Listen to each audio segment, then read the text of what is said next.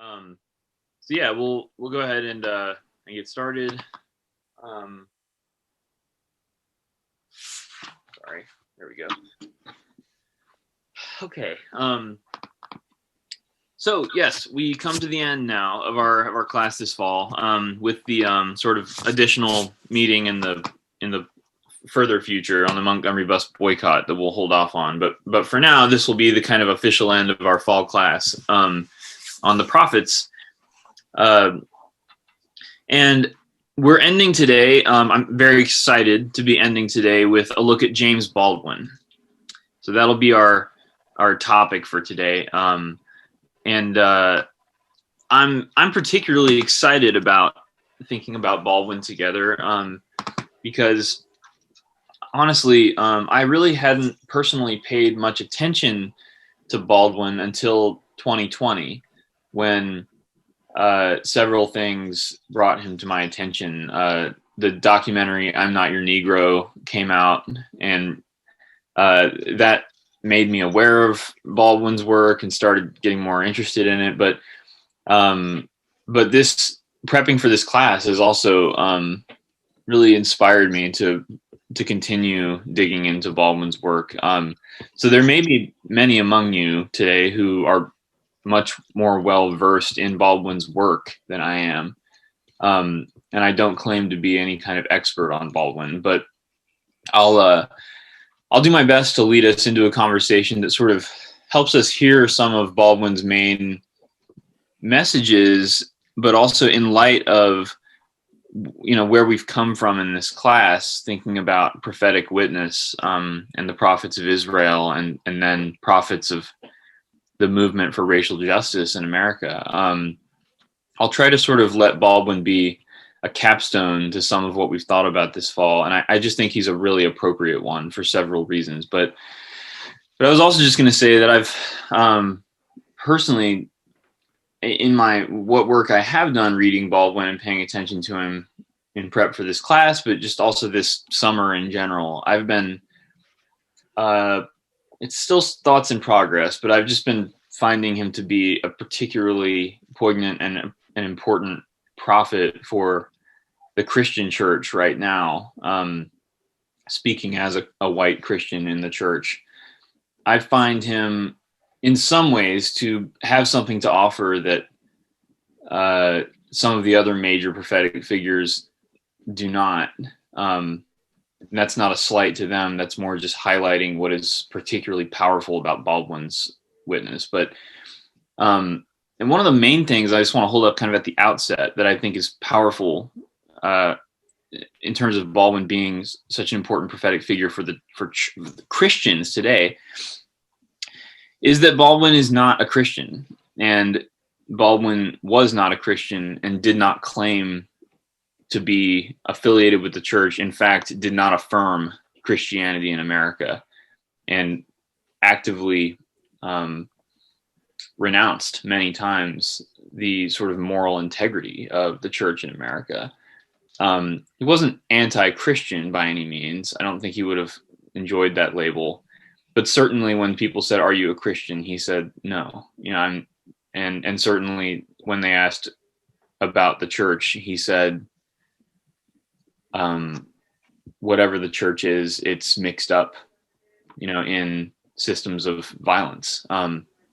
And so I can't affirm that as the place where justice is coming from right now, in this place. I really think in this sense, Baldwin is an important voice for the church to hear, because frankly, I do think the voice of Martin Luther King Jr.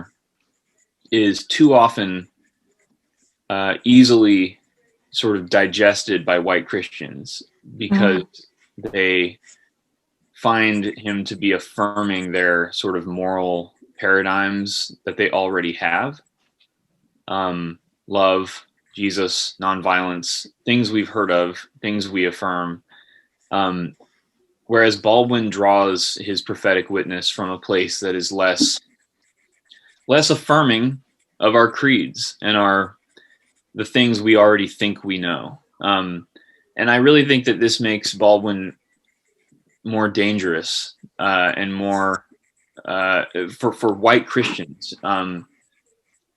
He brings something particularly threatening to the conversation, threatening to our safety, and threatening to our sense of being on the side of right, I suppose, that we gain just by being in the church, just by being Christian. I think Baldwin brings something particularly powerful in that regard.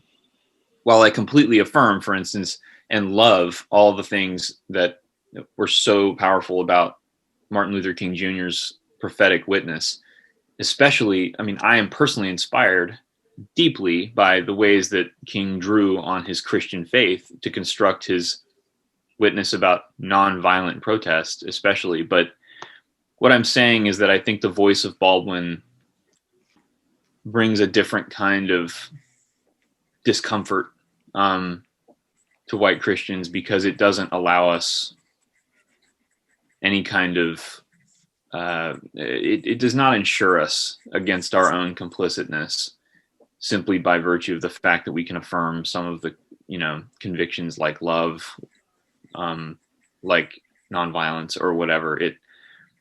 It has no problem saying the church is absolutely mixed up in this stuff, and I think that's important. So I think we'll hear that today in some of what we'll hear from Baldwin. We're going to listen to Baldwin himself, but I'd also like us to keep that in the forefront of our mind, that Baldwin is a prophet outside the church, just to put it concisely. And I've talked a lot this fall about the church needing to listen to voices outside the church. I think Baldwin is a prime example. That said, one or two other introductory remarks about Baldwin that I've prepared before I want to turn us to about a 15 or 20 minute, I think it's about 15 minutes, a speech that Baldwin gave that we're going to listen to together, which I think is going to be really fruitful. And then we'll follow up with conversation about it. But before we turn to that, I just want to make a few remarks about how, as a class this fall, I want us to sort of appreciate Baldwin's contributions. And there's so much that can be said about a person like Baldwin. I mean, just the 15 minutes we'll hear today, like, we do not have time, to adequately process all that he's done. But there are a few just bullet points that I want us to really ponder, especially as Christian people familiar with Scripture and the Hebrew prophets. I want to sort of bring Baldwin into dialogue with that. So the first thing I want to say, there's just only 2 or 3 points here I want to make, but the first point I want to make by way of introduction to Baldwin is to quote him. Actually, we'll hear him say it. He opens his remarks today by saying this, and it's just kind of he just gives it to us, actually, a class on the prophets. He comes right out in today's speech that he makes and says, I feel like a kind of Jeremiah.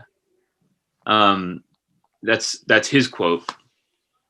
I just think he couldn't be more on point.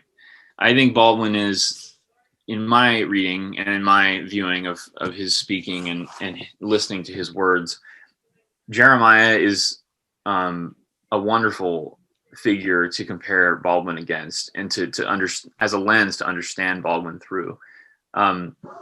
Hopefully this fall, one thing you've picked up on in this class, especially as we looked at the Israelite prophets, is that there are many different kinds of prophetic figures that bring different kinds of witness and different kinds of messages. One thing we talked about in the first half of the class is that some prophets are literally employed by the state they criticize. Isaiah, which we didn't cover this fall, but Isaiah is an employee of the king that he works with and alongside. Therefore, in Isaiah's whole career, there's this element of hope, really. There's an element of critique that is meant to produce a way forward, because Isaiah is literally bound to the success of the thing that he prophesies for and with, the king and the monarchy and the city. So while Isaiah's prophecy is harsh at times, Isaiah sort of maintains a faith in the importance of institutions and sort of the life of those institutions and the success of the monarchy and the success of Jerusalem and its government. And And in that sense, Isaiah constitutes a kind of prophet that is invested in, in the continuing life of these systems, but wants to see them reformed, right? Wants to see them changed and bettered. Jeremiah, in contrast, is not an employee of the king, not even close. Jeremiah brings a message of perfect and total doom to the government and the population of Judah, and has no vested interest in anyone coming out alive. This is what makes Jeremiah such an utterly disturbing prophet, because, and it's what makes him the weeping prophet, because he himself is totally disturbed by his own witness.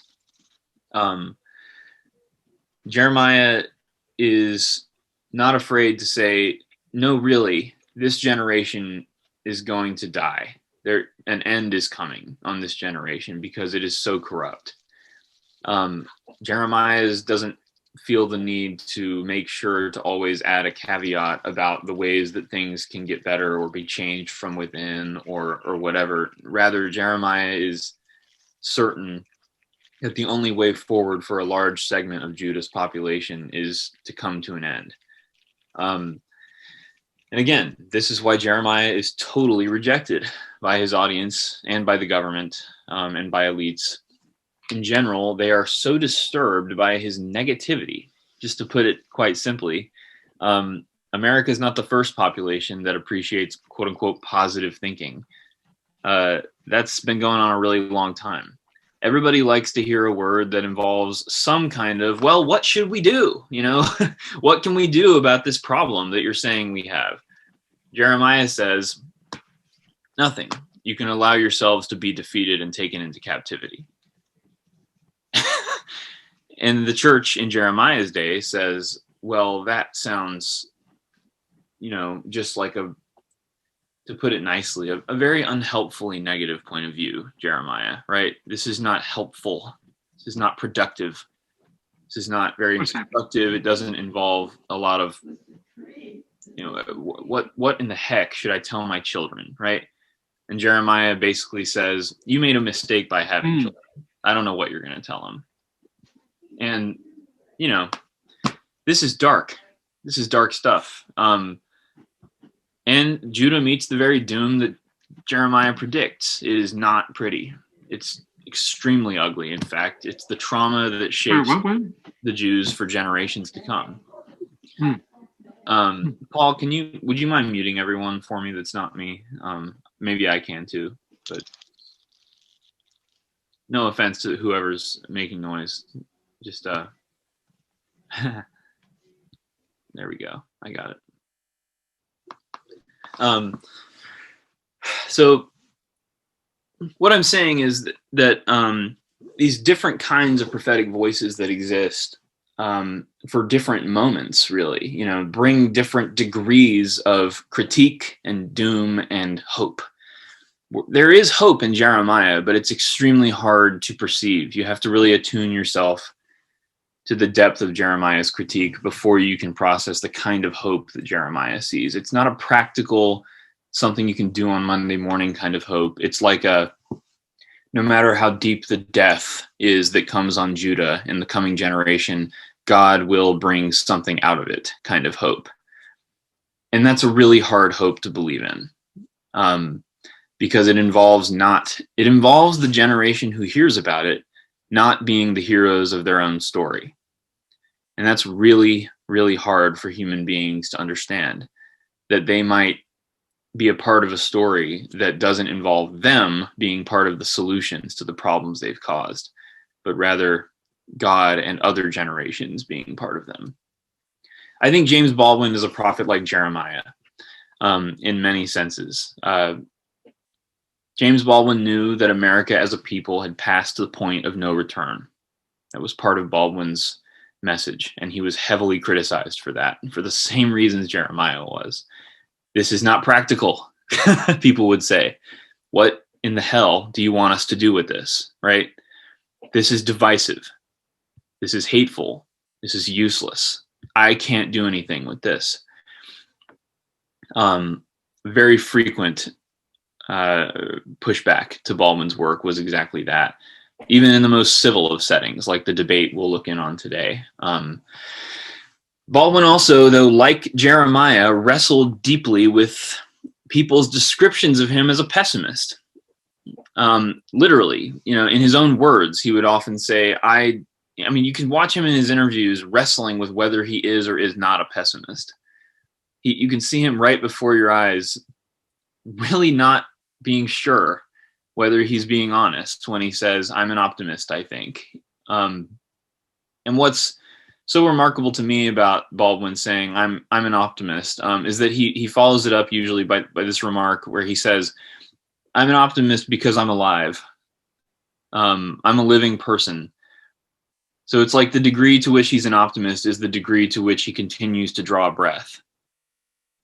But beyond that, he's not willing to, dance and sing the tune of optimism very enthusiastically. But he's hopeful because he's human and he wants to be. And that is so like Jeremiah. Jeremiah wants so badly to have hope for his generation, but really does not. On the record, Jeremiah never really does have much hope for the generation to which he comes. Baldwin was also, as I said, constantly opposed, like Jeremiah, by those who declared him to be too negative, right? About the situation between whites and blacks in America in the 60s, especially. Remarkably, he wasn't as negative in his own words and his own account. He'll point out that he's not as quote unquote negative or pessimistic as someone like Malcolm X was perceived to be by white Americans.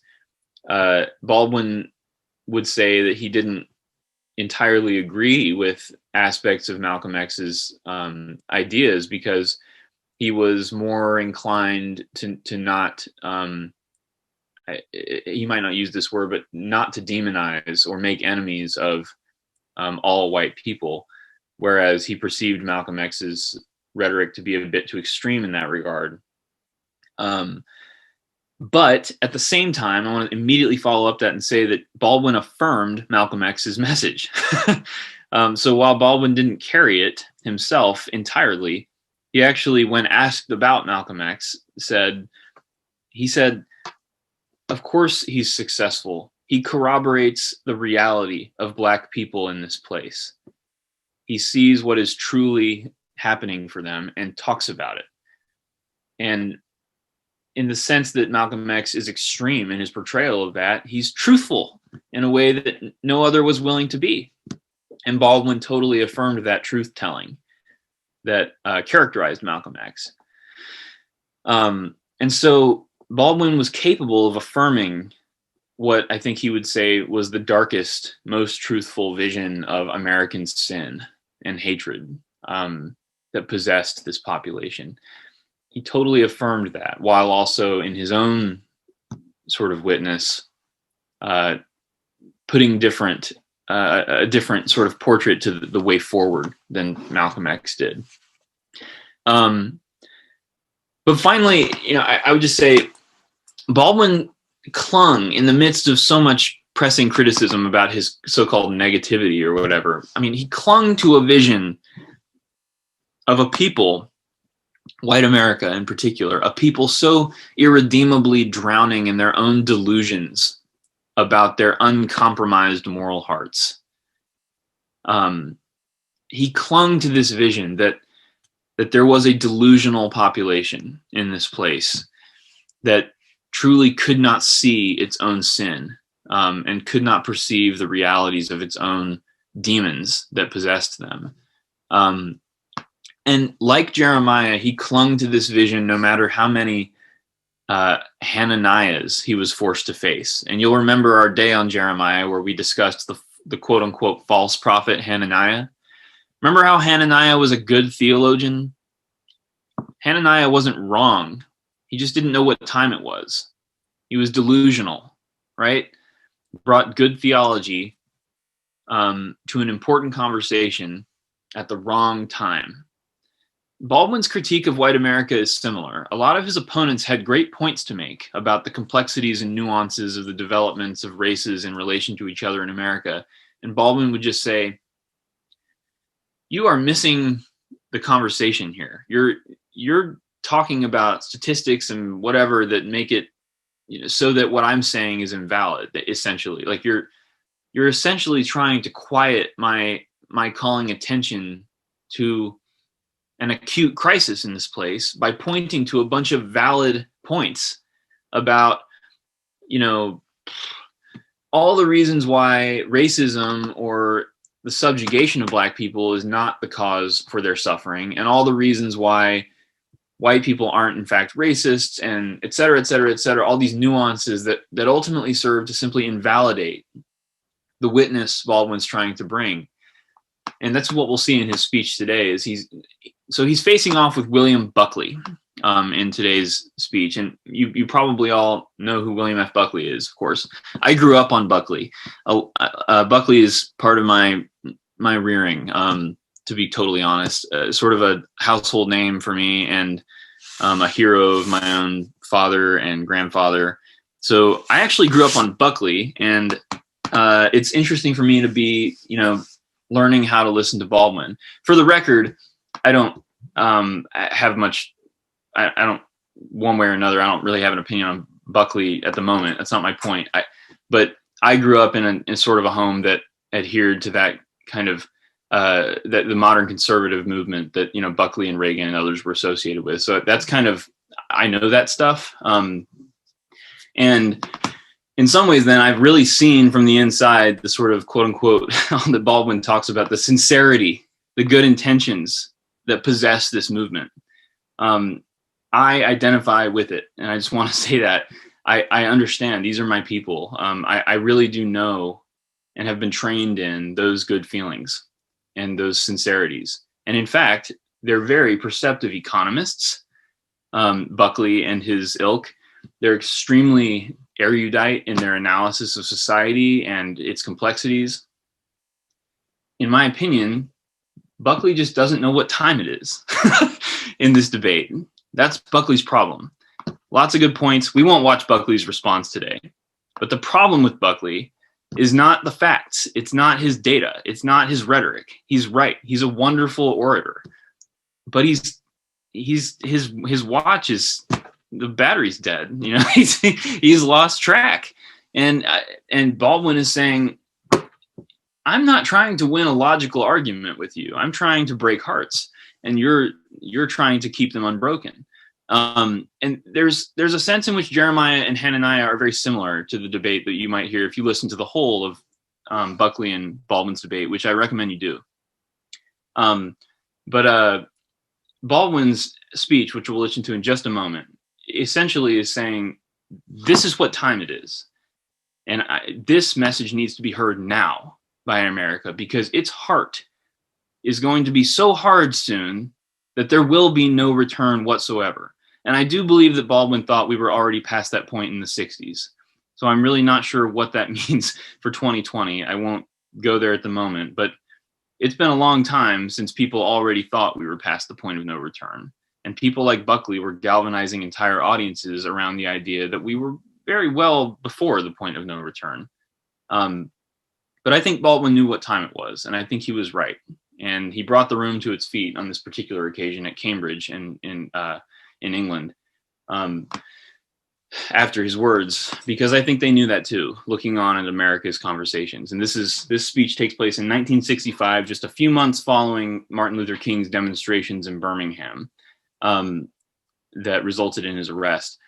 And in some ways, it's then so parallel to our own moment, just a few months following such a crisis, in our own place this past summer around race. The world is talking about this. And at this moment, they were too in England, and they brought Buckley and Baldwin to debate at Cambridge this issue. So the tensions are high, but Baldwin, I think, like Jeremiah, is saying, you've got to keep an eye on the time. This is not, a conversation that can afford to be dragged out by the nuances.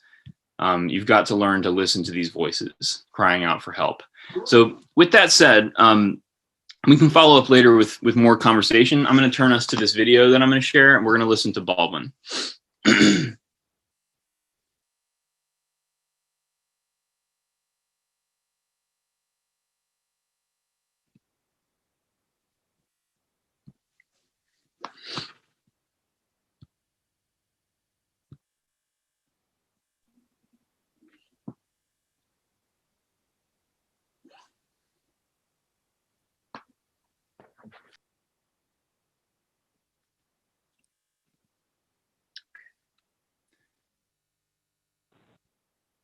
All right.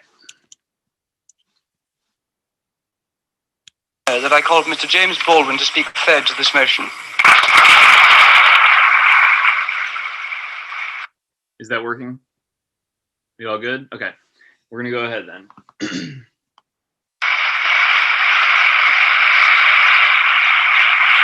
Now we have Mr. James Baldwin, the star of the evening, who has been sitting, listening attentively, getting a wonderful reception here in the Cambridge Union. Tremendous enthusiasm from all sides of the House for Mr. Baldwin, who has been listening to the arguments. Now will bring the voice of actual experience to the debate. Good evening. I find myself, not for the first time, in the position of a kind of Jeremiah. For example, I don't disagree with Mr. Burford that the inequality suffered by the American Negro population of the United States has hindered the American dream. Indeed, it has. I quarrel with some other things he has to say. I just realized you do need one sentence of context for this, and that is if you can see this shared window. Is that right? What I'm circling? So this is the debate between James Baldwin and William F. Buckley Jr. at Cambridge University in 1965. The question of the debate is the American dream at the expense of the American Negro? That's the question. It's been posed to the room. Two undergraduates, they're very cute, have just given their perspectives on this issue. And now Buckley and Baldwin will be invited to respond, and then Buckley will. We won't watch that. But here's Baldwin's response. Baldwin is affirming the motion that the American dream has been achieved at the expense of the American Negro. Buckley will oppose the motion, and that's how the debate is formatted. But this is the central question. And so you kind of need to know that to understand how his rhetoric is working. All right, I'm sorry to interrupt him.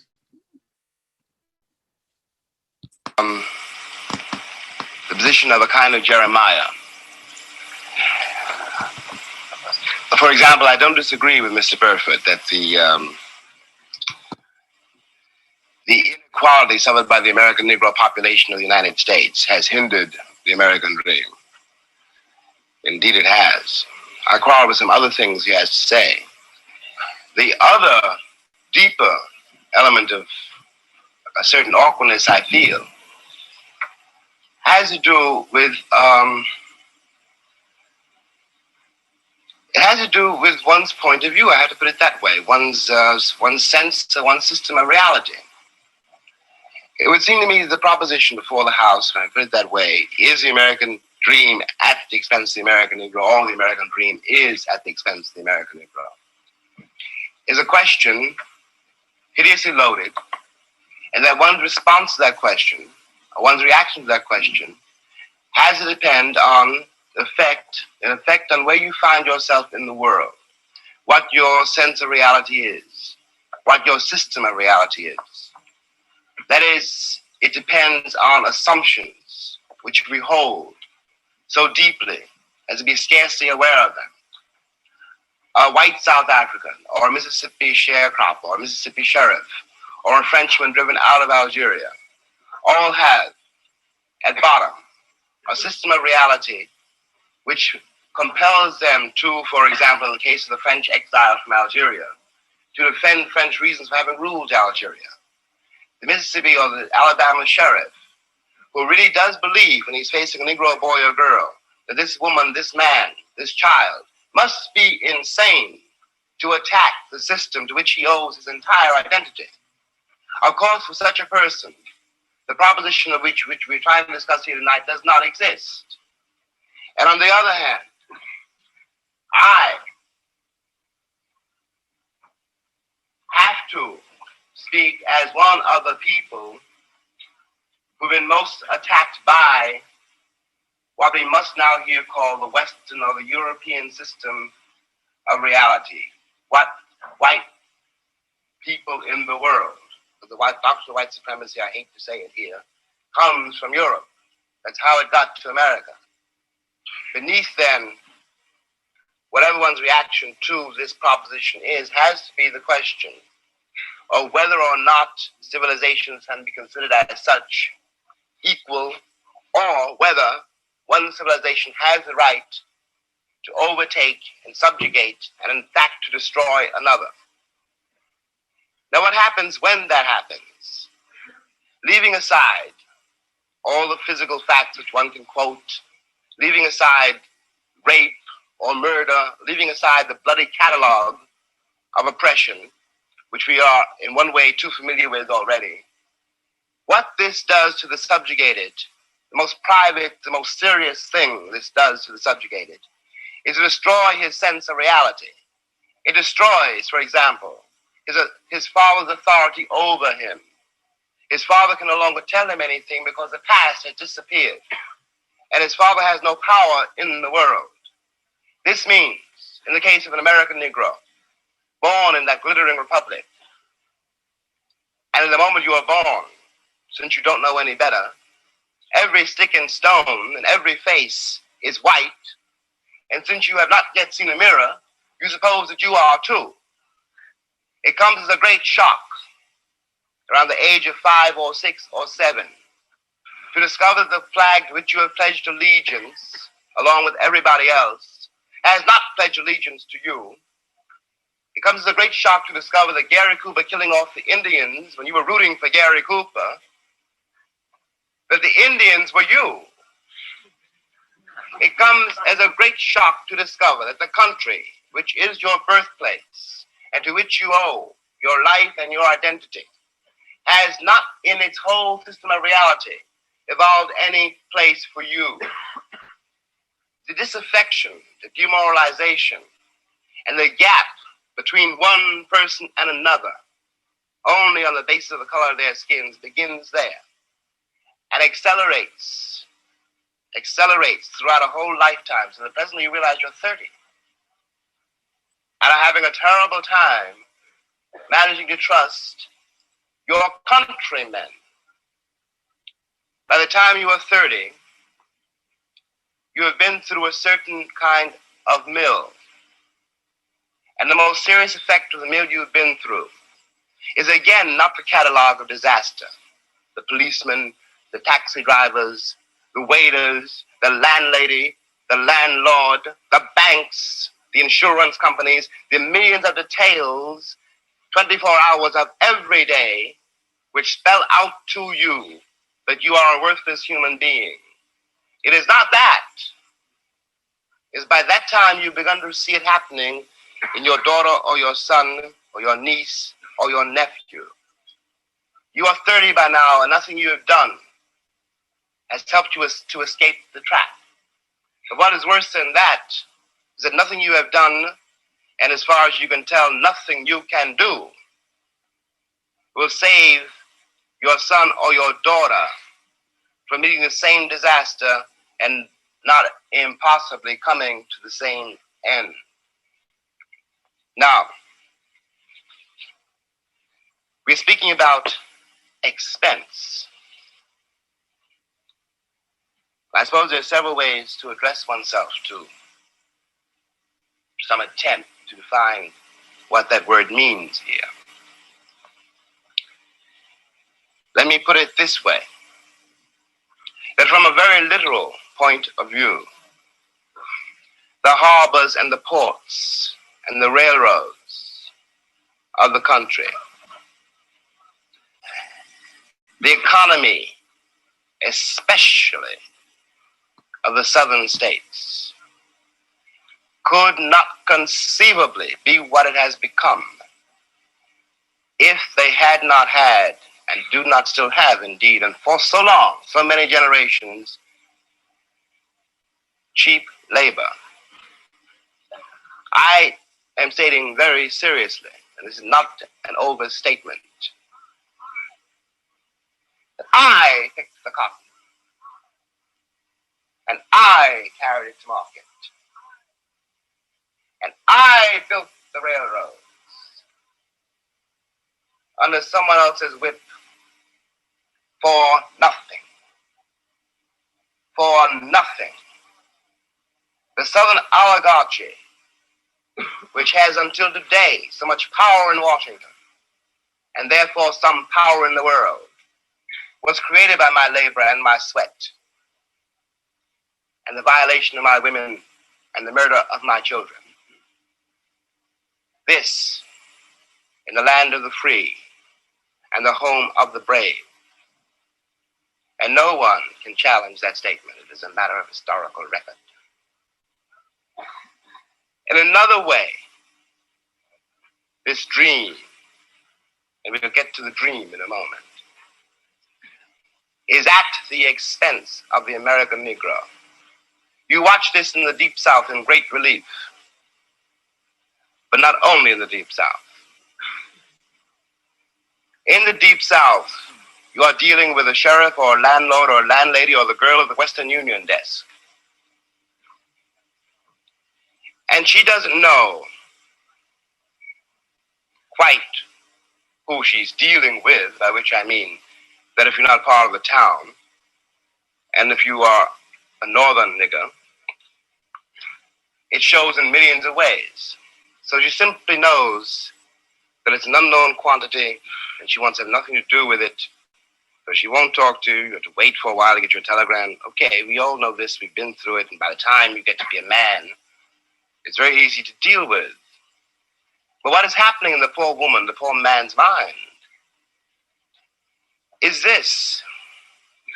They've been raised to believe, and by now they helplessly believe, that no matter how terrible their lives may be, and their lives have been quite terrible, and no matter how far they fall, no matter what disaster overtakes them, they have one enormous knowledge and consolation, which is like a heavenly revelation.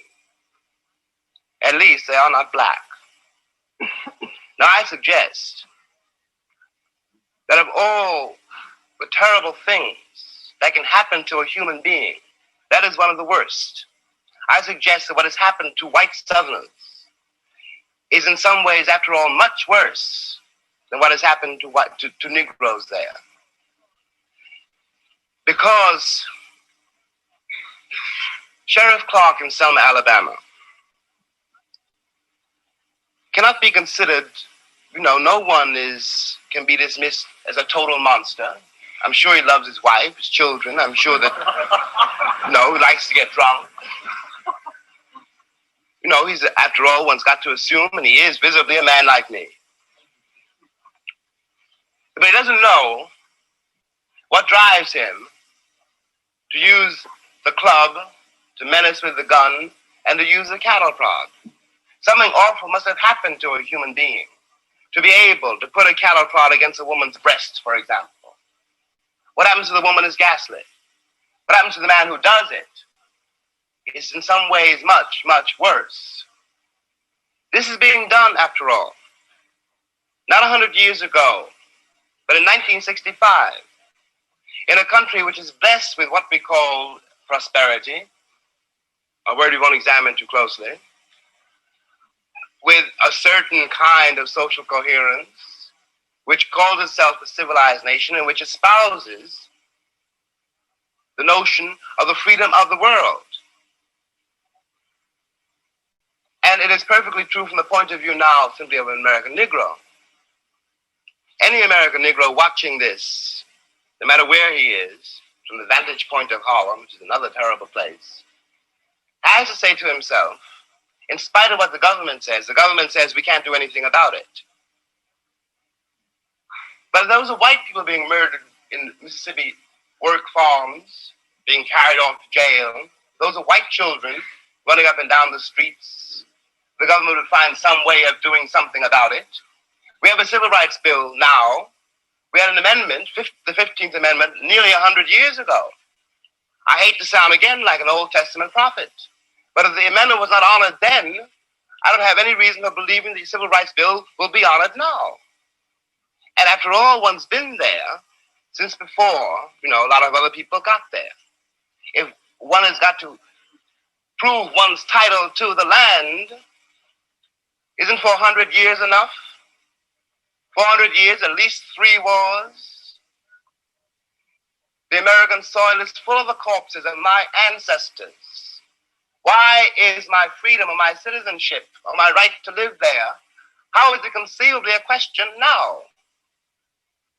And I suggest further that in the same way, the moral life of Alabama sheriffs and poor Alabama ladies, white ladies, their moral lives have been destroyed by the plague called color, that the American sense of reality has been corrupted by it.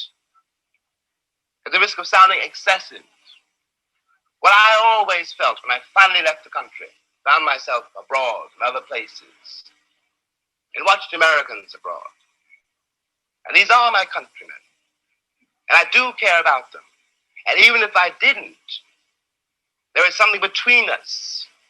We have the same shorthand. I know, when I look at a girl or a boy from Tennessee, where they came from in Tennessee, and what that means. No Englishman knows that, no Frenchman, no one in the world knows that except another black man who comes from the same place. One watches these lonely people, denying the only kin they have. We talk about integration in America as though it was some great new conundrum. The problem in America is that we've been integrated for a very long time. Put me next to any African, and you will see what I mean. And my grandmother was not a rapist. What we are not facing is the results of what we've done. What one begs the American people to do for all our sakes is simply to accept our history. I was there not only as a slave, but also as a concubine. One knows the power, after all, which can be used against another person if you've got absolute power over that person. It seemed to me when I watched Americans in Europe that what they didn't know about Europeans was what they didn't know about me. They weren't trying, for example, to be nasty to the French girl or rude to the French waiter. They didn't know they hurt their feelings. They didn't have any sense that this particular woman, this particular man, though they spoke another language and had different manners and ways, was a human being. And they walked over them with the same kind of bland ignorance, condescension, charming and cheerful, with which they'd always patted me on the head and called me shine, and were upset when I was upset. What is relevant about this is that whereas 40 years ago when I was born, the question of having to deal with what is unspoken by the subjugated, what is never said to the master, of having to deal with this reality was a very remote possibility. It was in no one's mind. When I was growing up, I was taught in American history books that Africa had no history, and neither did I. That I was a savage, about whom the less said the better, who had been saved by Europe and brought to America. And of course, I believed it. I didn't have much choice. Those are the only books there were. Everyone else seemed to agree. If you walk out of Harlem, ride out of Harlem, downtown, the world agrees. What you see is much bigger, cleaner, whiter, richer, safer than where you are. They collect the garbage. People obviously can pay their life insurance. The children look happy. Say, you're not. And you go back home.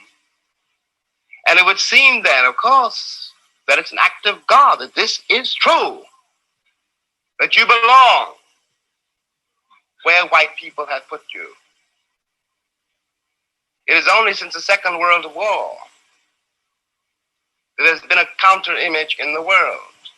And that image not come about through any legislation on the part of any American government, but through the fact that Africa was suddenly on the stage of the world, and Africans had to be dealt with in a way they'd never been dealt with before. This gave an American Negro for the first time a sense of himself beyond a savage or a clown. It has created, and will create, a great many conundrums. One of the great things that the white world does not know, but I think I do know, is that black people are just like everybody else. One has used the myth of Negro and the myth of color to pretend and to assume that you are dealing essentially with something exotic, bizarre, and practically, according to human laws, unknown. Alas, it is not true. We are also mercenaries, dictators, murderers, liars. We are human too. What is crucial here is that unless we can manage to establish some kind of dialogue between those people whom I pretend have paid for the American dream and those other people who have not achieved it, we will be in terrible trouble. I want to say at the end, the last, is that is what concerns me most. We are sitting in this room and we are all, at least we like to think we are, relatively civilized. And we can talk to each other at least on certain levels. So that we could walk out of here assuming that the measure of our enlightenment, or at least our politeness, has some effect on the world. It may not. I remember, for example, when the ex-Attorney General, Mr. Robert Kennedy, said that it was conceivable that in 40 years in America we might have a Negro president. And that sounded like a very emancipated statement, I suppose, to white people. They were not in Harlem when this statement was first heard, and did not hear, and possibly will never hear, the laughter and the bitterness and the scorn with which the statement was greeted. From the point of view of the man in the Harlem barbershop, Bobby Kennedy only got here yesterday. And now he's already on his way to the presidency. We've been here for 400 years, and now he tells us that maybe in 40 years, if you're good, we may let you become president. What is dangerous here is the turning away from anything any white American says. The reason for the political hesitation and in spite of the Johnson landslide is the one that's been betrayed by American politicians for so long. And I'm a grown man, and perhaps I can be reasoned with. I certainly hope I can be. But I don't know, and neither does Martin Luther King, none of us know how to deal with those other people whom the white world has so long ignored, who don't believe anything the white world says and don't entirely believe anything I or Martin say. And one can't blame them. You watch what has happened to them in less than 20 years. It seems to me that the city of New York, for example, this is my last point, which had Negroes in it for a very long time. If the city of New York were able, as it has indeed been able, in the last 15 years to reconstruct itself, tear down buildings and raise great new ones, downtown and for money,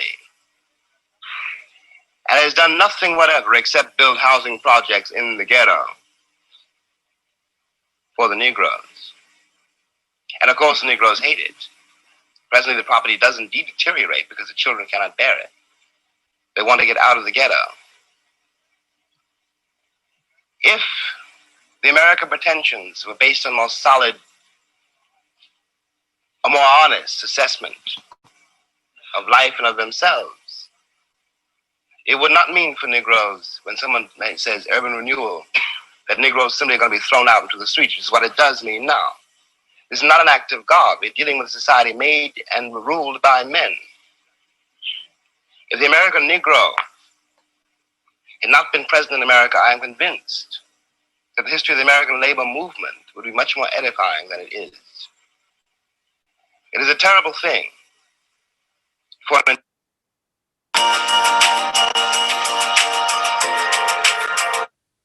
Crying out loud.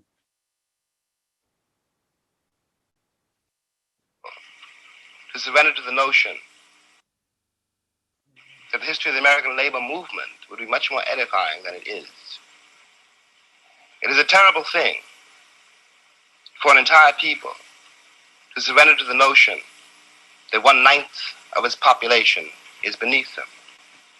And until that moment, until the moment comes when we, the American people, are able to accept the fact that I have to accept, for example, that my ancestors are both white and black, that on that continent we are trying to forge a new identity for which we need each other, and that I am not a ward of America. I am not an object of missionary charity. I am one of the people who built the country. Until this moment, there is scarcely any hope for the American dream, because the people who are denied participation in it, by their very presence, will wreck it. And if that happens, it's a very grave moment for the West. Thank you.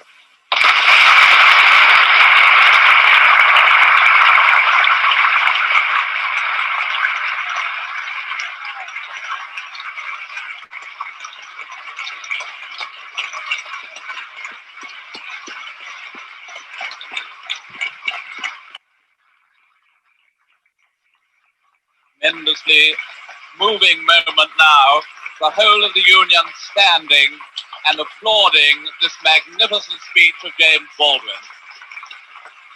Never seen this happen before in the Union in all the years that I have known it.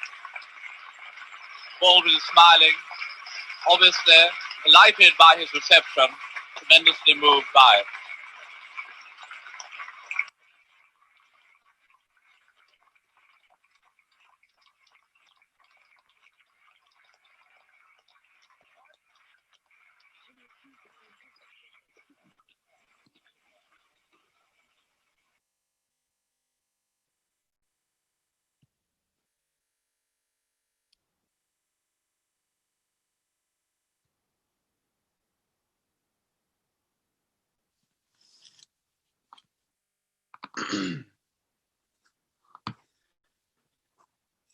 So, apologies. That was a little bit longer than I had remembered or planned for, but no apologies for listening to the whole thing. It was wonderful, but for the sake of time, I didn't mean to run us up so far with the video. That said, being our last day, I'm happy to go for a little bit, and talk beyond the regular endpoint. I want to follow up that video by a comment or two that both situate what we just heard in context of our whole class, and also suggest to you something that we can hear as Christians, as the Christian church. Obviously, Baldwin's audience is wide, but here we are this morning, a collection of Christians meeting as the church, trying to hear the voices of the prophets. So we'll ask about that in a second. But first, I just want to zoom out very far, 30, 40, 50,000 feet, to what this class is about and what we're doing here. The class is titled The Prophets, From Jerusalem to Selma. There are many voices in Scripture and many voices in the Christian and Jewish tradition. Many different kinds of voices. The voice of Torah, Genesis, Exodus, Leviticus, Numbers, Deuteronomy. The very special voice of Torah provides for, the formation of a people around laws, norms, stories about who we are. It is a vision of a people organized around justice and equity and love for one another, with God dwelling in the midst. When you read those books, you hear the voices of formation, proactive people forming. It is the act of instruction. That's what Torah means. That's one kind of voice in Scripture. We also have the writings, which are the ketuvim in Hebrew, literally kind of a random collection of poetry and prose, reflecting on, I would say, what it's like to live in this world in light of God. And some books reflect on God more than others. As we heard just recently, Esther doesn't even mention God, one of the writings. Ruth hardly mentions God. Ecclesiastes doesn't have much good to say about God. Proverbs, well, God's there, but really only in principle. It's more about what we can do on Tuesday morning to make sure our lives don't go off the rails. Literally, like, don't be mean to your neighbors and things will be better for you if you don't cheat your neighbors. The writings then give us voices of instruction as well, voices of reflection on what it might mean to try to be a people organized around Torah in this world, the real world, the Tuesday morning world, right? Torah is like top of Mount Sinai kind of stuff. The writings are like every other day of the week. And the people of God aren't always on Mount Sinai. Sometimes we're just living our lives, and we need the writings for that. But the prophets are a different kind of voice. The prophets are a voice of urgency and critique.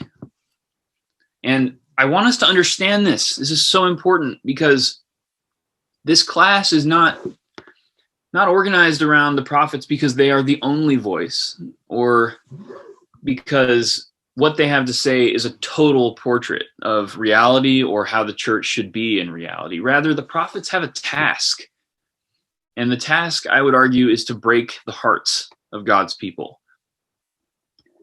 To break their hearts open, to see the things they cannot see. To see what is invisible, literally, because that is the worst and most powerful, most compelling kind of sin that ever possesses the people of God, is those kinds of sin that are in our DNA, that have been passed to us by parents and their parents and their parents and their parents. The prophets bring messages about that kind of sin. Proverbs says, don't cheat your neighbor.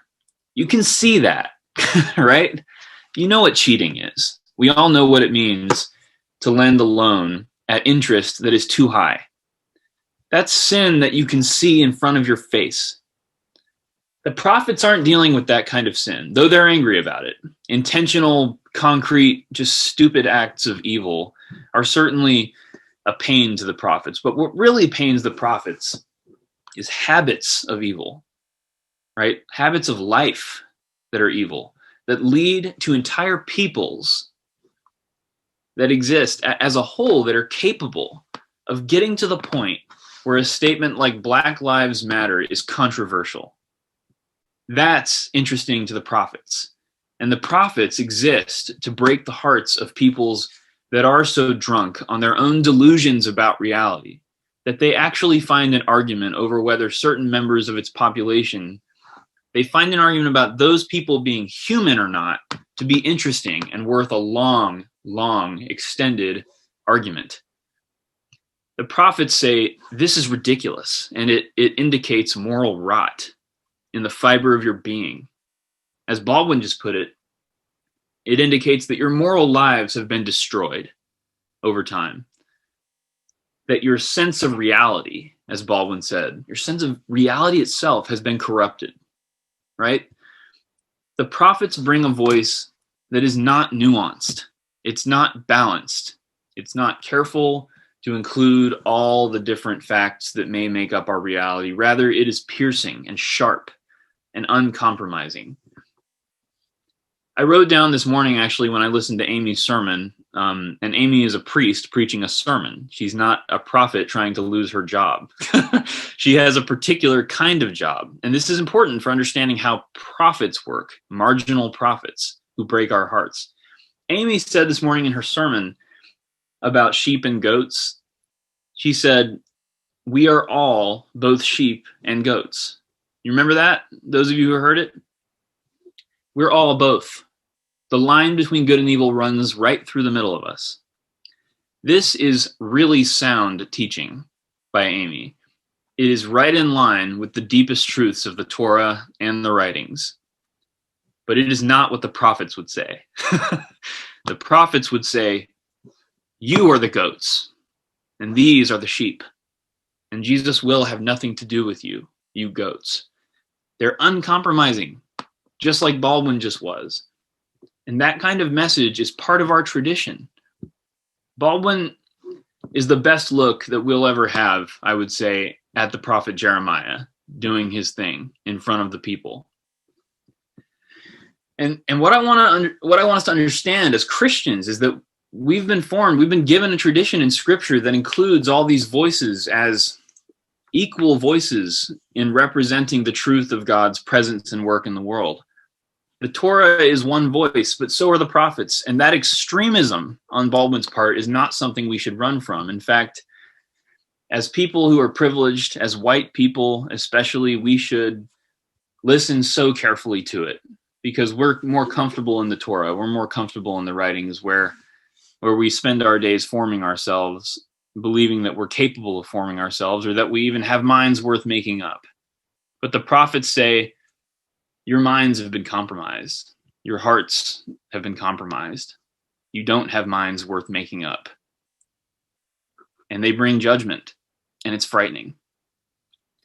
The reason I think we as a church need to hear voices like Baldwin and voices like the prophets in this particular moment is because I do believe the church is past the point of having its heart broken properly so that it could be productive, and is more toward the point, as we discussed earlier in the class, of being a witness to what happens when hearts become too hard, and is now about the business of embracing its enemies as it goes its way out. I think God has a plan and hope for the church, but I do think the voices of the prophets are appropriate for our moment, that they know what time it is at the moment, because we have too long added nuance to conversations that have been trying to get us to hear the less nuanced voices. And I think that Baldwin's voice is powerful in that regard. I think the voices of the prophets are powerful in that regard. And I want us as Christians, this is adult formation. I want part of our formation to be that we are sure as Christians that in our very tradition are people like Jeremiah or people like James Baldwin, who I'm absolutely comfortable calling a prophet of God, that brings a word that says this: you, the people of God, you, God's precious people, your preciousness at this point, your preciousness means not that you'll be the hero of the story, but that you might be the antagonist of the story. It might be your role to play, that you suffer because of the habits you've allowed to overtake yourself. Jeremiah said literally to the people of God, when they said, and Buckley says it, watch the rest of this interview. Buckley gets up and essentially his response boils down to this: it's all very good and well, James Baldwin, but what can we do? What are you even suggesting? What practical instructions do you have? What should I do tomorrow to fix these problems that are so bad? What should we do? Very Hananiah, right? What do you have for us right now? And Jeremiah says to the people of God living in 597 BC, nothing. I have nothing. And that's why they send him away and say, this is a false prophet. This isn't interesting. Essentially, Jeremiah doesn't offer the leading role in the salvific narrative of the world to this generation of God's people. Jeremiah says it's going to belong to someone else and you'll be dead before the people of God play that role. That's dark. It's hard, but it was truthful. Our tradition affirms it as truthful. It blows my mind when I stop to think about the fact that our very scriptural tradition, the longest prophetic book, arguably one of the most powerful in our whole Bible, literally calls for the people of God to sit back and let God's Spirit move through other places and voices and break its heart. It's just not something we practice thinking about very often. I think Baldwin calls our attention to that. And for that reason, I wanted to take us out on that note, because I want us as Christians to be ready to hear these voices that call us to refuse the idolatry of always believing that justice and that love and that being truthful to God's vision for the church always means that we will end up being the hero of the story. Not sure that's true. I think faithful witness sometimes includes realizing where we're headed and living truthfully in light of that fact. I am trying to craft my remarks, by the way, in such a way that is faithful to the prophets and to James Baldwin. I don't always talk this way, but this is the prophets. And I do want this class to be one where we learn what they said. And I don't want to pull the punches too quickly. It's hard stuff, but I think it's really important as Christian people that we actually stop to hear these prophetic witnesses and not let ourselves too quickly get back to the formation of Torah and the Monday morning wisdom of Proverbs and Ecclesiastes. I want us to hear these voices so that we're capable of being a people whose hearts may, in fact, be able to break. I'll end my remarks there and just open for discussion. We've gone past time, but I'd love to hear your reflections and remarks both on Baldwin and what we've discussed today in light of the whole class. Yeah, please go ahead.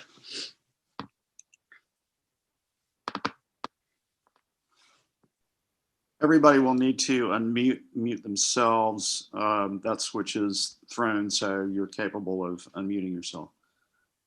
So here's one for you, Evan. This is Dave talking. Mm-hmm. If Baldwin and Jeremiah are so bold as to say that this generation is unlikely to be able to be the hero of its own story, do they not go further and say, you won't starve, but you need to reform anyway? Jeremiah calls for repentance.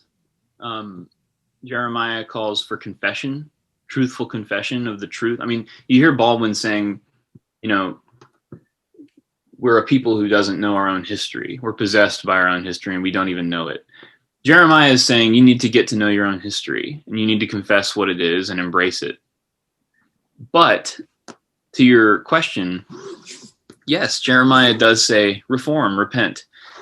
And they say, how should we do that? And he says, you should let the Babylonians defeat you when they get here. It's an extremely difficult message to understand. But Jeremiah essentially says you have two options. Doom is coming for this place. You can embrace it and let it come and go into captivity willingly, out of which God will bring you someday and your children, right? Probably not you, but your children. You can embrace it and begin telling the truth about yourselves and take that truth with you to Babylon, where you are going to live for 70 years. Or you can fight when the Babylonian army gets here. You can put up a fight, try to hold on to this place, try to keep adding nuance to the conversation. You can keep finding ways of prolonging this confession, and it will be bloody and it will be terrible when the Babylonians get here. That's what Jeremiah says. You can either all die and some of you will go to captivity, or you can all go to captivity and have a hope of giving birth to children who might come home one day. These are the options, right? Neither option is you can stay here and reform. One way or another, things are going downhill. The question is, will you get truthful about that and begin forming your children accordingly? Or will you put up a fight? And we know, I need to say, the inhabitants and government of Jerusalem decided to fight. They put up a fight against the Babylonians, and the gruesome details of the Babylonian destruction of Jerusalem are recorded in several books of the Bible, particularly Lamentations, where men, women, and children were brutally massacred. It's a real poignant unfolding of these words, because Jeremiah is essentially saying, one way or another, this generation will meet its end. It can be a bloody mess that you never wake up from, or it can be something that involves, more truthfulness than that, giving more hope to more of your children, right? But there is no way out that simply involves getting self-help. It's just not that simple in this particular case. Yeah, go ahead. Is Baldwin equally prophetic? I believe so, yeah. Well, I think the thing about Baldwin is that he is pessimistic because his hopes have been repeatedly dashed. He says that explicitly. Right. We're all different in the way that we look at things. You can look at the same thing and you can see possibility, or you can see hopelessness. It's kind of my nature to always see hope, some hope. One of the things that occurs to me is when you were saying about fighting, you can stay and fight. I think almost there's a sense in which we're seeing that with Trumpism, with people who really want to continue to support these false narratives about our history. So a very similar thing. And another thing that I would just point out, I think some of this, for change to happen, the people who need to be changed have to be proximate have to hear the prophets, and have to be, so therefore to hear them, you have to be proximate to them. Mm-hmm. And there's a lot of, segregation has all been about fighting that possibility, that you might be exposed to the truth. In the case, another analogy that comes to me, or similar mechanism that we can look to in our own church, is that for 40 or 50 years, we've been talking about what role gay people have to play in the church. Mm-hmm. And the church has made itself proximate to those people over all of these different general conventions. In other words, the church has listened, and I think the witness to the truth of the experience of gay people is what led all of that to shift. And all the way to the point at whichever general convention it was, maybe the last one, or probably 2 general conventions or more ago, where we sort of adopted there was a vote that was taken, and there was profound silence in the room. I forget whether it was on gay marriage, the liturgies, or ordination, what exactly it was, but there was a clear sense that we were going down a path for which there was no return. Mm-hmm. And, going down those paths are scary for people who have been fed a different narrative and a different story. And I would just say that change happens. I wonder if it's just more gradual than we would like it to be. Those are some of my thoughts. I want to say something. I was in high school in the 60s, and I read Another Country, and I read The Fire Next Time. And then in 65, the Watts riots came. In that, we all looked at it like, what is this? That, how can this be? That I live right outside of Los Angeles. And I'm now 74 years old, and we have the same things going on, but we don't find it so shocking that people are still rioting. It's like, well, that's part of the way we do things. When people get upset, they just go and loot, but we accept that as like, that's just the way it is. I don't see us moving along in my own lifetime on this at all. Mm. That's all. Okay.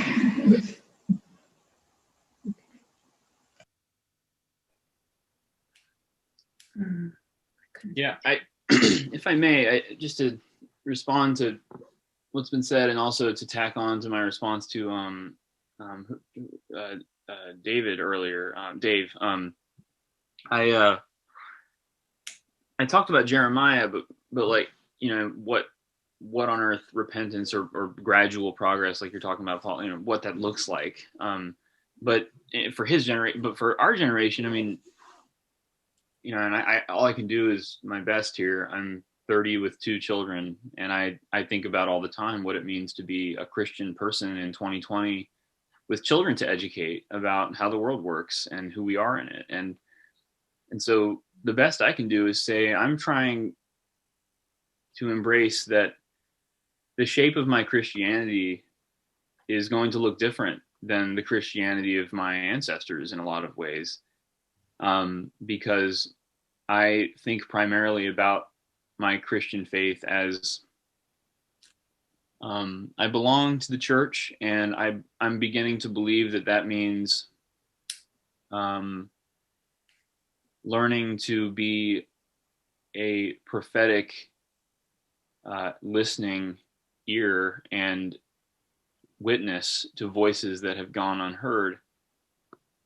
In other words, I believe that the business of my generation may be to make sure that certain voices are heard, and maybe someday my children and their children will do better to act on those. But first, I have to be postured entirely toward hearing the message.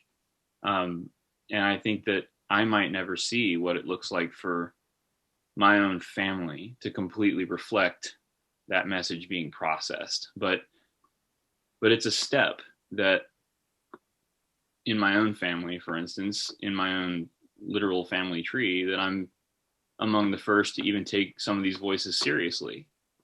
But I don't expect I'll ever necessarily master what it might look like to be a white Christian who implements a lot of what I've heard. I hope my children will. But my children are going to grow up, me and Katie are going to parent them to know that they should spend a lot of their Christian faith in a posture of repentance and confession, because they're not just Christians, they're Americans. And I'm going to tell them that you're an American and we belong to God's family, but our chief idol is our American identity, and it's going to possess you. And you need to start telling the truth about that. You're a white American Christian, and it's in our blood to ignore certain voices. Evan, yeah. I just wanted to share, because I confessed a few weeks ago that I really had not gone to move to El Paso and work with immigrant people because I knew I would be brokenhearted. And some of my reflections after that is that, what have I missed by not doing that? Have I missed the face of Christ? Have I missed finding a deeper sense of humanity? Mm-hmm. And so I guess and also the image that Amy had today, is Christ in prison, or are we? I was very much sensing, oh yeah, it's me. And it is all the evil that we've been discussing. And so in some parts, I think part of our job, and as in this person of waiting, is to embrace our broken hearts as a way of moving forward, and not being afraid of the issues that come up that could very well break our hearts. Yeah, absolutely. And I think right to that point, Ellen, is what Paul was just saying about how gradual things can be when we don't want them to be. It is so American. It is so white American, I should say, rather. It is very white American to believe that whatever we want to do, we can make it happen soon enough that we'll enjoy it. Right? Yeah. And that's not the way that moral formation works, especially intergenerationally. And so perhaps one of the greatest challenges the white church is being called to is an admission of our addiction to that instant or very nearly instant gratification, on our own efforts to be moral, right? In fact, the depth of the sins that Baldwin is pointing to, these are not your average, I told a lie, or I, cheated on my partner, or I did something you can point to. This is systems. These are habits. And the thing about it, I often say that I think that Christians would be better at knowing what sin is if they would think about it like alcoholics think about getting sober. Alcoholics in AA talk about learning to know that they are an alcoholic, not learning to be not an alcoholic. The goal in AA communities is someday to be able to truthfully say the words, "Hi, I'm whoever, and I am an alcoholic." Hopefully one day you'll be able to say that and actually know what you mean. And I think Christians would do better to think about sin this way more often, that we're in the church to learn that we are sinners, not to stop being them, but to learn to tell the truth about how it is that we are sinners, and to do that together.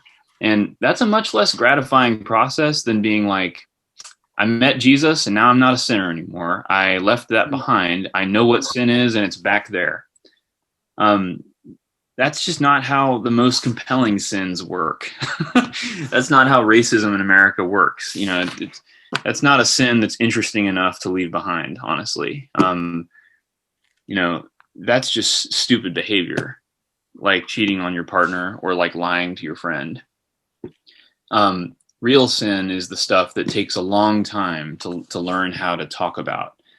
And I think that's what Baldwin's pointing to and what the prophets point to. And I really think that involves what Paul and Ellen are just pointing out is, the most challenging task for the white church, I think, will be to embrace the fact that it will not happen soon enough that we will be able to feel good about our efforts to confess these things. It will take more than one generation, for this confession to really bear fruit for anyone's lives. And I just think that's frightening. I'll confess, it's frightening to me. I would love to be around for that. And it's hard to get up and believe that some of the work I do is that I'll never quite see it bear fruit. But I take heart when I realize so much work has been done before me that is the reason I am able to think certain thoughts. Those people made it possible. Baldwin made it possible without seeing it. Martin Luther King, on the mountaintop. So I take heart in that. And it's certainly for that reason, just to tack one more thing on, man, if that's not something the white church needs to learn from the black church, because the black church has learned to sustain and be patient in the most morally compelling way. I don't mean passively waiting for things. I mean actively fighting with patience, right? And the great, I think, moral witness of the black church is its active patience, that it's able to carry out moral formation across generations, that it's able to sustain, commitment to certain things without seeing the fruit of their labors. And that is something the white church, I think, needs to learn and misses out on, as you were saying, that when we don't bring ourselves near to those neighbors of ours.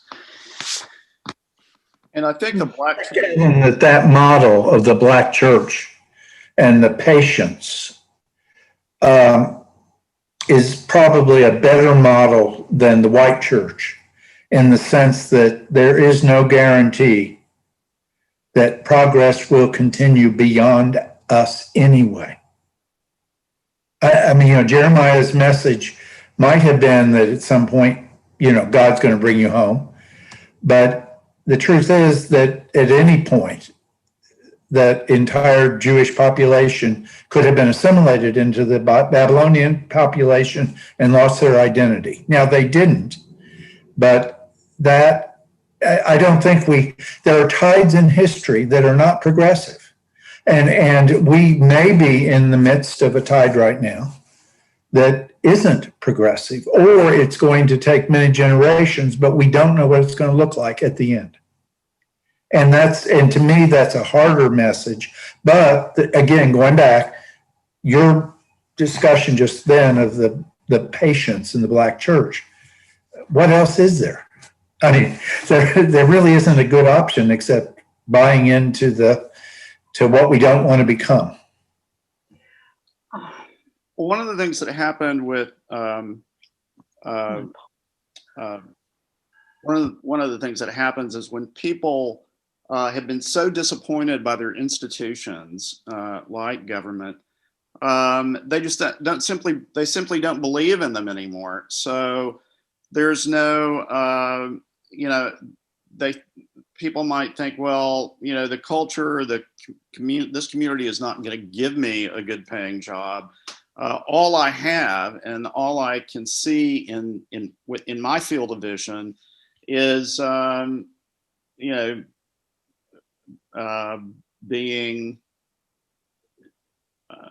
taking things into my own hands, and it's the only choice I have. So that's one of the things. The other thing about the church is the church has been part of the problem, of course. I mean, just the very fact that we have a white and a black church, that's the result of all of this history of segregation. Yep. The black church needed to develop as it did, totally apart from that, as the safe place on Sundays where you could go and for 4 hours have your psyche kind of built back up from all the damage that it's been done to it all week long. Those are some of the things. I'd like to say something. This talk of being patient is making me feel older than I am because I realize that, and I can accept the fact that I won't see what I'd like to see. I can accept that fact. But I also think if we just stay there, we don't do anything with our church, capital C, and our church, capital E, Epiphany. And so I don't know where to go with that, Evan. That's what I said before, that I was going to pick your brain after all this, and I won't do it right now. You're busy. But I'm with Paul back when what he said, I have to have some hope in order to live, and especially to live in isolation as we're doing now, as I'm doing now, and trying not to get this disease. And so I'm wondering, and I guess we just have to, or I just have to look for how our worship might change a little bit. Our worship might change a little bit. I guess that's what I'm saying. Because I think we're at a point, we've done some work. Some of us in the social justice groups have done some work, and I think good work, and become aware. And I don't want to say, well, we've got to be patient. I mean, we do. But can we do something? Can we be something, maybe, that will help our next generations? I didn't live with parents like your parents, apparently. And besides which, my parents are now dead because I'm 83. So, hey, guys. So I don't have to deal with that, about how that might be. I can remember some things, but I don't have to deal with that. And I don't have to deal with it with my children. They're on board with all of this. So is there and I'm sort of glad about that. I don't want to deal with that. So I'm looking for ways that we can work within our church that I may not see the fruits of, but I still want to work for it. I mean, I'm not going to see the fruits of. I'm 83. So, if you don't think you're going to see them, hey, I'm sure not going to. So, and that's okay. I can deal with that. But I can't just sit by and say, okay, I got to be patient. Barbara, I think they're not talking about that kind of patience. They're not talking about sitting back. They're talking about when you have become so disappointed about something that you've worked for, maybe 40, 50 years of your life, and a damn president comes in and chops it down with a machete. That patience is saying, I am still working. I am not going to stop just because you are there. And to me, the last 4 years, it is the Black women that I know that have given me that patience to not become hopeless, but to be patient. Women will rise again. Women's rights will rise again. Maybe not in my, maybe I won't see that we'll get back to where we were, as I think we were in the 80s and 90s. That may not come again until 2050, 2070, but I will still keep fighting, and I will still have hope that that's going to happen, even if I don't see it. And to me, that's the kind of patience that they're talking about. It's not a patience that has no movement to it. It's a patience that says, well, I lost this fight, but another will come. I'm not sure patience is really the right word. There's a sense in which a call to patience can be seen as acquiescing to the status quo, as just another excuse. Right. True. What I was really getting at is that it's hard for us at any point in time to really see the large arc of change over, say, 50 or 100 years.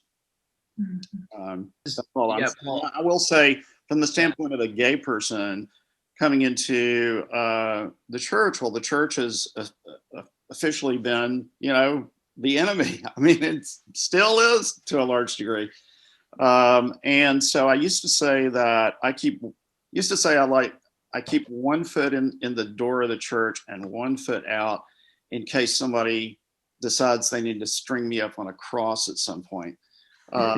Now, it's only recently that I think the Episcopal Church has made so much progress is that my level of trust in our particular communities, in our particular little tiny corner of the Christian church, my level of trust is much greater. And I'm more willing to be changed by the institution than I ever have been in my life before. But that's fairly recent. That's a fairly recent development.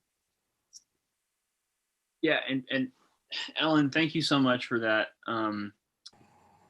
thoughtful remark, and Paul just now as well. To respond to both of you, Paul, to your word, your challenge about the word patience. Patience often is really misused, and maybe I'm wrong or over sentimental to try to recover the right use of a word, but patience, it comes from a root to do with suffering, and the word is historically it's about actively suffering, the experience of actively suffering. When I talk about patience here, and that's why I said a little while ago to Ellen's point, like it is an active patience, and by that I mean I don't think it means waiting. That's not the word I mean. And I don't think it means passivity in any way. Rather, this patience is like the nonviolence of Martin Luther King. It is a fight that is nonviolent, right? That's what Martin Luther King pushed for. Is nonviolence is pacifism for Martin Luther King and for many others. For me, pacifism is not a great word for what we're talking about, because that suggests some kind of docile state, right? It's not about that. Not about waiting, and it's not about being docile. It's about fighting with everything but violence that God has given us to fight with. And the same can be said, I think, of the virtue, the historical Christian virtue of patience, not necessarily the popular notion of patience in our culture, like waiting for something you want to happen. The virtue of patience in the Christian tradition is about acting and doing things without those actions being contingent upon seeing the fruits of those actions, essentially, but being able to faithfully and fully act out our belief and our faith and our prophetic witness without the profit, really, or the insulated safety of seeing the returns on our actions necessarily. To me, patience is much more for Christians, and I really think it's important that Christians learn to take back our words. Patience is one of them. It's a very Christian historical virtue. But this kind of patience is extremely prophetic because it lives in light of what we believe to be true about the future, which is that God is going to do certain things for everyone in the world. And we live according to those convictions, whether or not we see them coming about through our own actions, but our actions align with the reality we believe is God's reality, that God is bringing. So it's really about disconnecting our sense of effort and work and labor, which, and Paul talks about this. You don't see it, but your labor is not in vain. What you do will last. It will stand, right? Even though you don't necessarily see it being built around you. That kind of patience is what I'm talking about, to Ellen's point. And so back to Barbara, I mean, yes, like if I could end our class, like, my own final words might be like, the whole point of this class, I mean, the whole point of Broken Hearts and hearing the words of the prophets is absolutely so that we will do things with these calls. I want to see Epiphany reflect on these things. And I want to see Epiphany ask itself, especially in this moment of transition. I mean, we've just lost our priests. We have a new priest. We have new leadership in various ways. Like, we are at a wonderful moment to ask ourselves what we want this place to be, because we can do anything we want with Epiphany. So I couldn't be more in favor of those conversations happening, and I hope they will between 2s and 3 of us as we leave this class. But rather, my push for us to hear the voice of the prophets is not so that we'll sit back and accept that the Babylonians are coming and that we should just go into exile passively. Rather, when the Jews were invited to go into exile, they were invited to do so as faithful Jews, to go into exile, and then once they got there, Jeremiah 31, to seek the welfare of the city, to love their neighbors, to teach their children to be Torah-abiding Jews, but in Babylon. So they're invited actually to live patiently, right? To act like Jews out of their own home. And that's what I'm pushing for, is rather we hear the voices of the prophets, not so that we'll sit back and accept our judgment, but rather so that we will start to learn the art. And many of us probably have. I don't mean to speak as a 30-year-old to people who've been working on these virtues for many, many years. But I think my own generation needs to begin to learn the art of resisting the American habit of only getting into things, only getting into projects that we know are going to be profitable to us. That is at the core, I think, of what we hear in the prophets. They're saying, you, the people of God, like, you're in Jeremiah's generation, you're married to the notion of success. You need to be married to the notion of truth and truthfulness. And, whether your work is successful should come second to whether or not it bears truthful witness to the way that God loves the world. And I think that as American Christians, that's our biggest challenge. So my push is rather, yes, let's have the conversations about Epiphany. Let's also just constantly confess to one another that we are addicted to the idea that our work will somehow come back to gratify us. And we need to be, I think, saying both of those things at the same time, all the time. Yes, let's get to work. Let's also remember that we are kind of pathologically addicted to feeling successful about the things we do. And that's just part of being the American church. So I think that's what I'm trying to say, is that those confessions need to go together if we're going to be truthful in the American church. That's hard, but I really think keeping them together is important. So yes, let's have those conversations. Let's just also be truthful. Anyway, we've gone pretty far. It's been a wonderful final conversation, but are there anybody who wanted to speak in the last 10 or 15 minutes who didn't get to, who'd like to say something? Since this is our last meeting, people should have the chance.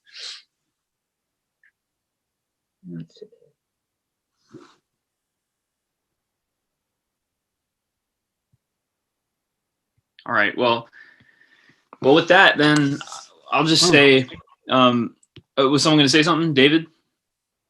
Oh, okay. I'll just say then, as the leader of the class, that it's been a real privilege, a humbling privilege to lead us through some of these conversations, especially at such a tumultuous time in our lives in this place. But I'll just say thank you for trusting me enough to show up each week to these very sensitive conversations, and thank you honestly for letting me. There's a way of teaching that's like you say all the stuff that's definitely true and safe and you're sure about. And then there's a way of teaching that gets a little closer to mixing what you're sure about with what you're not sure about for the sake of having really honest conversation. And the second one is definitely what I did this fall. That said, I'm thankful for your generosity and your charity and your hospitality to some of my own thoughts being quite raw at times. And I'm grateful for your patience and kindness in that regard, because these are difficult conversations, but it couldn't be more of a joy, than it is to go with you this fall through these conversations where we really worked hard, I think, to talk with each other about what the voices of the prophets mean for us today. And I'm just really thankful for all the commitment that everyone here brought to the conversations and all your vulnerability. So thank you so much for your participation throughout the fall. And I really do look forward to, however these conversations incarnate in the coming semesters as well, which I'm sure they will. Thank you, Evan. Thank you, Evan. Thank you so much, Evan. This has been great. Thank you, Evan. Thanks for And being with all of you. in that way. Take care, everybody. Yes, I'll take care. Yes.